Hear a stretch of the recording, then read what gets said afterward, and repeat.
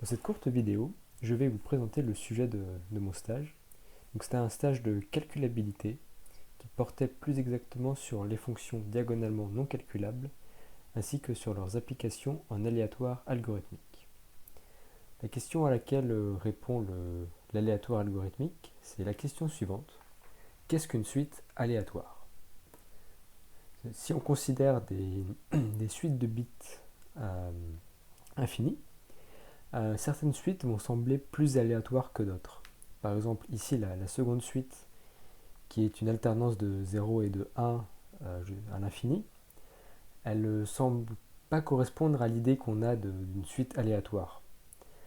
Elle est trop régulière, alors que la première semble plus crédible de dire qu'elle a été obtenue par un processus aléatoire.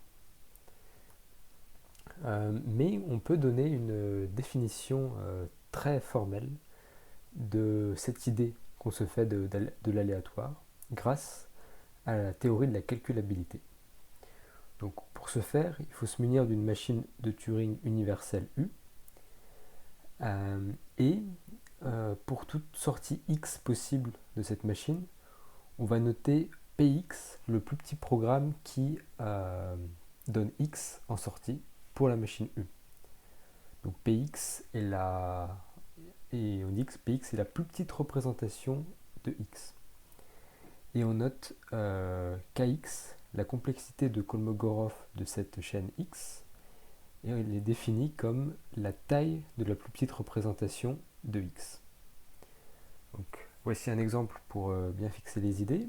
Ici X est cette chaîne ici constituée de n fois le motif 0, 1. Px sera à peu près de cette forme-ci, un bon programme qui prend en entrée un entier n et renvoie la répétition de n fois le motif 0, 1, plus l'entrée n elle-même qu'on peut coder en binaire par exemple.